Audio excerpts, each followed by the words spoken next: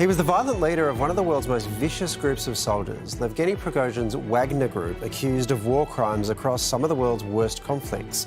Tonight, reports he's been assassinated. His death a clear message: don't become an enemy of Vladimir Putin. Russia's most callous mercenary is dead.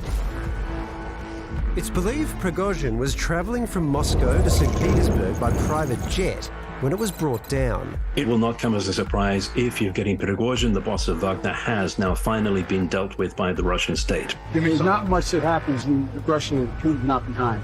Prigozhin was a violent gun for hire, but in June, when he launched a coup against former friend Putin, he made a mortal enemy. What we are facing is a betrayal. Exorbitant ambitions and personal interest led to treason. Our action to protect the fatherland from such a threat will be tough. Prigozhin spent most of the 80s behind bars. Upon release, he started selling hot dogs, then opened a high-end chain in St. Petersburg and befriended Vladimir Putin. Soon, he would be catering for world leaders, Prigozhin's ventures making him wealthy enough to join the tables of the elite, becoming involved in the military. By 2014, when Russia annexed Ukraine's Crimea region, a group of ruthless patriots emerged. The Wagner Battalion was born. Since then, they've been linked to US election interference, war crimes in Africa, and the war in Ukraine. The brutal Wagner mercenaries driving Russian efforts in their war on Ukraine until exactly 2 months ago. Вот это вот парни ЧВК «Вагнер», которые погибли сегодня. Еще кровь свежая. А теперь слушайте меня, блядь. Это чьи-то, блядь, отцы. И чьи-то сыновья. И те, которые не дают нам боеприпасы, будут в аду.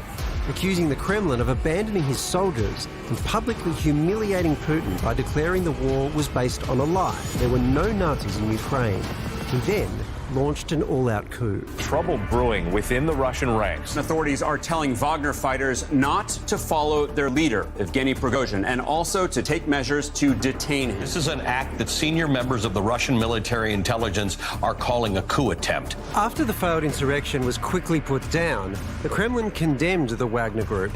But Prigozhin was never arrested. He was never punished by Putin.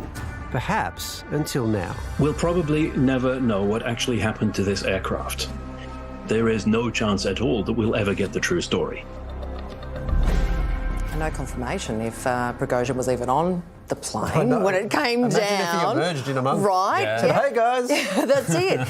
But from all the kind of commentary I've heard today, that Vladimir Putin, he forgives but he doesn't forget. And the director of the CIA actually said that he prefers his revenge served cold. But to blow up a business jet is a bit of a departure from his regular MO. Usually when people cross him, he likes to poison them with cups of radioactive tea push them down the stairs and out windows and that type of thing. So maybe they serve radioactive tea on the flight.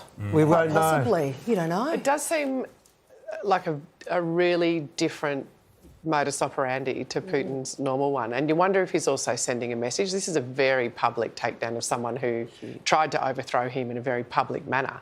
So potentially this is almost a warning because, you know, he was the head of a whole of an army, for want of a better term. Yeah, but why play nice? Like, remember they had that, it was going to be the showdown of the century, and then it just wasn't. And they went, oh, no, resolved now.